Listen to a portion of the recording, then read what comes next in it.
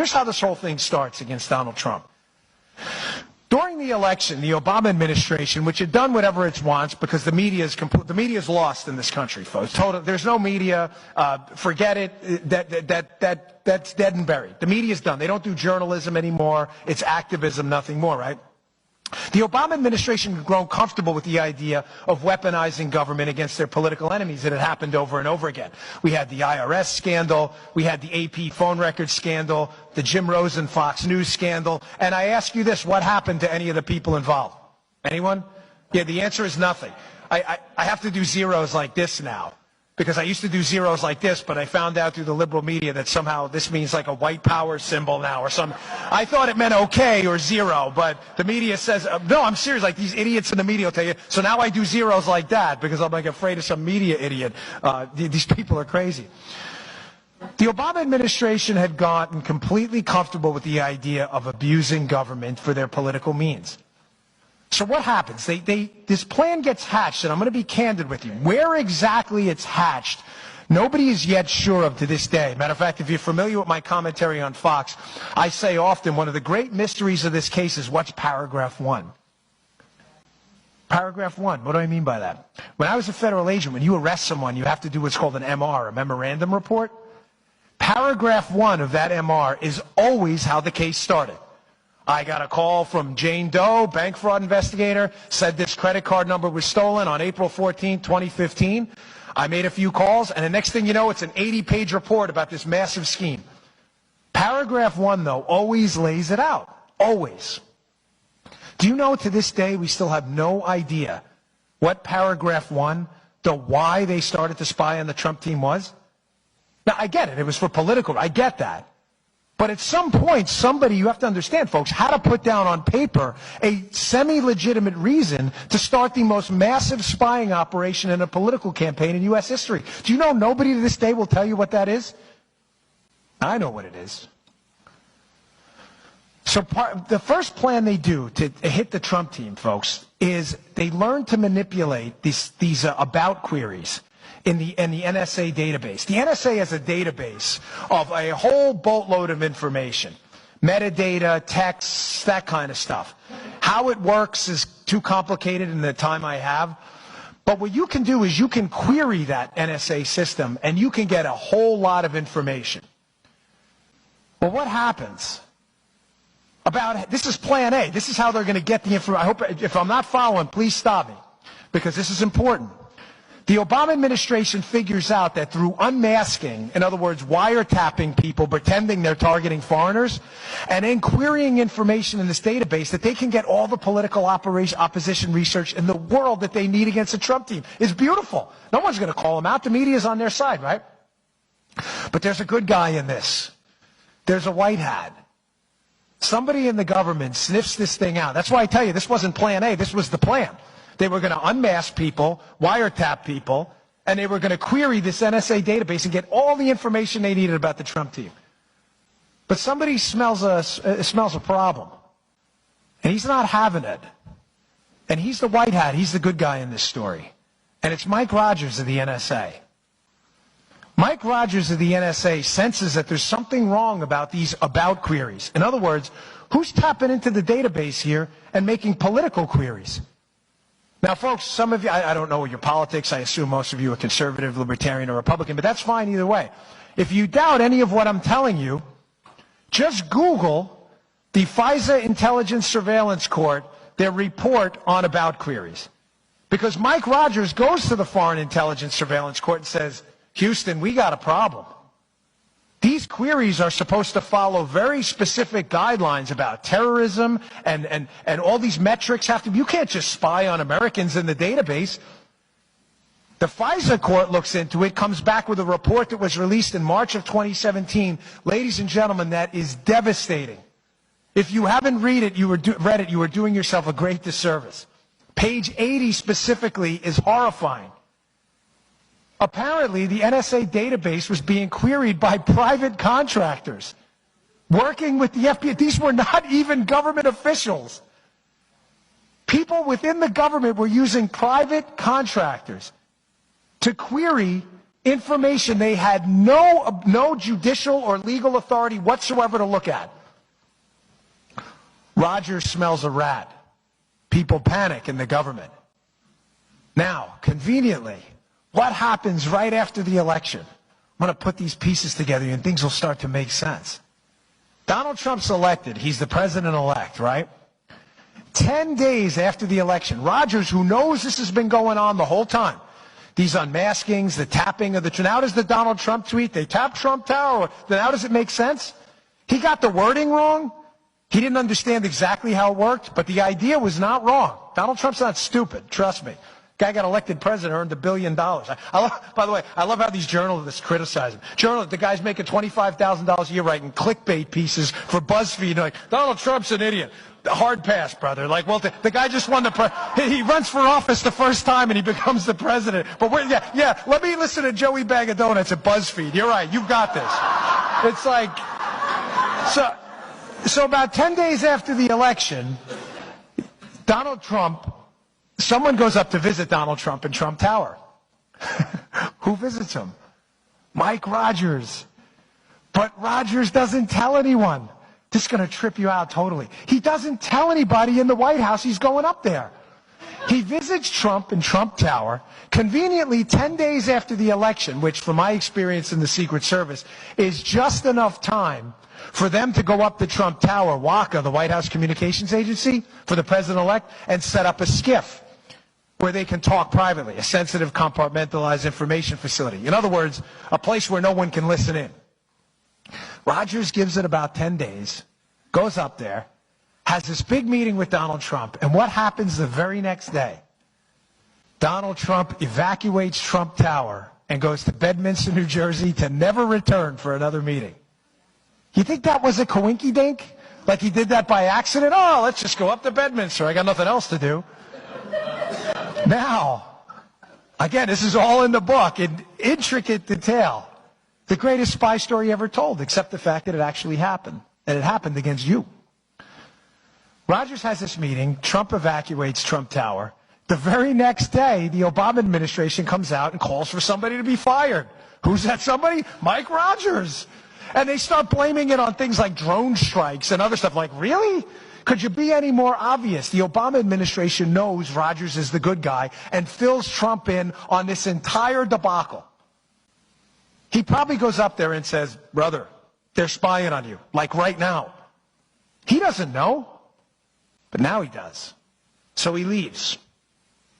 All of a sudden, people start resigning from the federal government after that. You know who also resigns? Bob Hannigan. Now, who's Bob Hannigan? Bob Hannigan is the head of the GCHQ, which is the British NSA.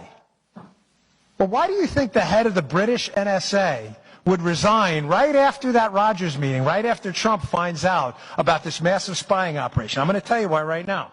I'm not taking a selfie of you. I'm not taking a selfie of myself. I'm going to read to you a headline. This is from CNN. See it right there? I didn't Photoshop this. April 14th, 2017. Remember who Bob Hannigan is. He's the head of the British NSA.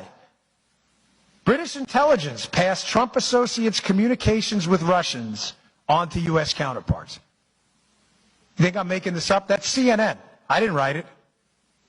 They wrote that. So not only is the United States government in Plan A weaponizing its intelligence community to listen in and computer search the Trump team to hurt them during the campaign for political oppo, they're working with the British and the Australians to pass information about the Trump team onto the Obama administration. Don't take it from me. Take it from CNN. They find out about this. Now, this thing breaks down about halfway through. They move on to Plan B. Sorry, there's a lot more to Plan A, but in the interest of time, I want to get through this because the cleanup operation is important. They move on to Plan B. What's Plan B? They realize Rogers is onto them. They're like, hey, folks, we better ease up on the unmasking and the tapping into the database. People are getting caught. This is probably not good. We're leaving a massive paper trail. And what if we lose, right? They move on to Plan B. Plan B is Crossfire Hurricane. They say, well, listen, if we can't spy on them illegally, let's just spy on them legally. We have this beautiful thing called the FISA court, where we can walk into the FISA court, we can get a warrant on somebody, and when you get a warrant on somebody in the Trump team, they have this beautiful thing for the Obama administration called the two-hop rule. Well, it's for everyone, not just for Obama. Meaning, if I spy on you, and you're a member of the Trump team, I can hop to everybody you emailed, and then everybody they emailed. So basically, all I need to do is get a FISA warrant on the guy cleaning the floors in Trump Tower, and I've got everyone. Because if he emailed his boss, and his boss emailed Don Jr., I get everybody. Beautiful, right? Not really. Because they were stupid. They were dumb. And they screwed up. The problem with the FISA court, unlike the unmaskings and the tapping into the database, is they had to produce actual evidence in front of a judge. There was a judge in a FISA court that needed evidence that the Trump team was working on behalf of a foreign power, but critically doing it in violation of at least one U.S. law. Folks, they had nothing. They had zero. Do you understand they, to this day, have absolutely zero? Zero. Remember, don't do it one hand. It's a big mistake. Media people, you'll be a white power person after that. You always do it that way. They had zero evidence at all. The funny thing, I'm only half kidding. That's how worried I am about the media. They're so crazy these days, right? They had nothing on collusion. Nothing. Zero. So what does the FBI and the State Department and the DOJ do? They say, well, we don't really have any evidence. Let's just make it up. We've got this guy we worked with in the past, this guy Christopher Steele. Now I'm going to do this. I'm not taking a selfie again. I'm not taking a picture of you. Don't you worry. I'm going to read to you another headline. You need to write this down because this one's going to blow your mind. Any of you read the dossier? You haven't, right? Not many people have. You should. If you haven't read the dossier, don't you worry. Because the dossier was already written back on April 17th of 2007. You're like, what do you mean? I don't get it. Even 2017, right? No, I didn't get that wrong. It's written right here in the Wall Street Journal on April 17th, 2007. Who's the author of this critical Wall Street Journal piece? Glenn Simpson and Mary Jacoby, his wife. Glenn Simpson, the purveyor of Fusion GPS. The article is called, How Lobbyists Help Ex-Soviets Woo Washington. Folks, I dare you to take a moment and read that piece. Put it next to the dossier. It's the same thing. It's the same thing. It's the same story. It was written 11 years ago. Glenn Simpson clearly had this information about Russian influence in Washington. He wrote 10 years ago. Read the names in the article. You know who appears in this article? Paul Manafort, all of these players. So what likely happened after Plan A collapses is they say, listen, let's go to the FISA court and do this legally, but we need evidence. We don't have evidence. Don't worry. Hillary Clinton's got a guy at Fusion GPS, says he's got a story to tell. Ladies and gentlemen, Glenn Simpson took his Wall Street Journal piece like it was a movie script, scratched out the names, put Donald Trump's name in there and said, look, do I got a story for you guys? It's all BS. The whole dossier is crap. Read the article. It's a movie script they recycled. It's a fairy tale. It's an Aesop's fable. It's made up. It's a scam. There is not a scintilla of evidence that it's true. Now, the big question on Plan B till I move to the mop-up operation, Plan C. Now they're in trouble. They're in a lot of trouble. Because they realize the dossier in and of itself is crap. And a lot of people at the Bureau know it. They need to buttress it with some stuff to make it a little harder. Now's where the Michael Cohen story comes in, Trump's lawyer. In the dossier is a very specific allegation, right? That Michael Cohen, Trump's lawyer, went over to Prague to set up this whole information exchange with the Russians, right? Well, what's the problem? Michael Cohen had never been to Prague, and his passport proved it. Where do you think they got that name, Michael Cohen? You're darn right. They probably were in that NSA database looking up a Michael Cohen, and they got the wrong guy. I know there's only one Dan Bongino. I can tell you for sure there are a whole lot of Michael Cohens. Are you right?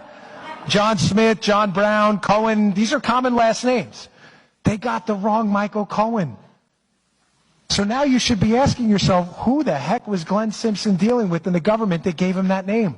And how did they get it? Plan B falls apart too. Plan B falls apart because something happens in November. Donald Trump wins. Nobody, I'm telling you, take it to the bank, cash this check, and spend the money. Nobody saw that coming. No one. Everybody thought Hillary Clinton was going to get in. This was all going to go away. They were going to appoint their own attorney general, probably John Brennan, and this story is never, ever to see the light of day, not in their lifetimes. But make no mistake, they know what they did. They all know what they did. Every single one of them. So they have to move on to Plan C. Plan C, I call it clean up on aisle 4. Now they're in trouble. They know they've got white hats in the government. I know one of them right now that's still in the FBI. That's unquestionably cooperating with this investigation, if you know how to read the tea leaves. And if you read the book, you'll figure out who it is. People start cooperating and talking, and now people are panicking. Now does John Brennan's meltdown after the election make sense? He's the head of the intelligence community who, again, another thing for you to Google, but it's all in the book, again. Who do you think John Brennan met with right before the election at the, quote, director level as reported on by multiple media outlets? Bob Hannigan, the same guy from the British intelligence agency that quits right after Trump's election. He quits 10 days after and doesn't tell anybody about it. He says, oh, I'm leaving for family reasons. What do you mean? You related to Donald Trump? What do you mean family reasons? Family reasons, you're leaving because Donald Trump got elected. Who also quits? John Carlin. Who's John Carlin? He's the head of the Department of Justice National Security Division, the final division in the Department of Justice to put their John Hancock on the FISA warrant. He quits right after the election. Who did John Carlin work for? Now clean up on aisle 4 is going to start to make sense. Who did John Carlin work for before he got there into the DOJ? He's Bob Mueller's chief of staff. He was Bob Mueller's chief. Now does Bob Mueller make sense? Clean up aisle 4, get the mops out. Everybody realizes they're all going down. They faked the FISA warrant. They have been involved in massive unmaskings. Susan Rice, Samantha Power. They have been busted by the FISA court, tapping into the NSA database for about queries. They left a paper trail 65 miles long. Bob Mueller has to clean this whole mess up. Bob Mueller is the only... Did you notice how right away they had the name? So Bob Mueller's old chief of staff, he's the cleanup guy. Listen, make no mistake. Bob Mueller's job right now is one thing and one thing only. Keep the heat on Donald Trump relentlessly for anything. Jaywalking, ripping off mattress tags, combing his hair the wrong way. Keep the attention on Trump no matter what, because the minute the Bob Mueller thing is dissolved, all of this is going to come out, and it is hell hath no fury. Folks, they left a paper trail. They can't run from this. Mueller is brought in to get Trump impeached, because they don't want any of this to see the light of day. Now, why Mueller? Mueller knows every player involved in this and has intimate connections with all of them. The guy who signs off on the BS FISA warrant, John Carlin, his old chief of staff. His chief bulldog in the case, Andy Weissman. Andrew Weissman worked with Bob Mueller. Andy Weissman was the chief prosecutor on the Enron case when Bob Mueller was the FBI director. Remember the Enron case that they screwed up royally? That's how they know each other. Andy Weissman hates Donald Trump. He's on emails congratulating Sally Yates for telling Donald Trump to go pound sand. Well, it gets better. Who else does Bob Mueller know? On Bob Mueller's Enron team, it all goes back to Enron. That same Enron team, headed by Andy Weissman, had another lead lawyer on the case. Who was it? Catherine Rumler. Who's Catherine Rumler? Obama's White House counsel, who was Obama's lawyer while all of this was going on. They know each other. Now you may say, fine, so Bob Mueller knows Obama's lawyer while this whole Spygate thing was going on. What's the big deal? You Google George Nader, Daily Beast, you can read an article today. Just popped today before we showed up. One of Bob Mueller's lead cooperators in this case, who's been selling out members of the Trump team from day one, is a guy named George Nader. Who's George Nader's lawyer? Catherine Rumler, Obama's White House counsel and Bob Mueller's buddy. The lawyer for the lead witness in this case feeding information to Mueller is Obama's White House counsel, otherwise known as the fixer. She fixed everything for them.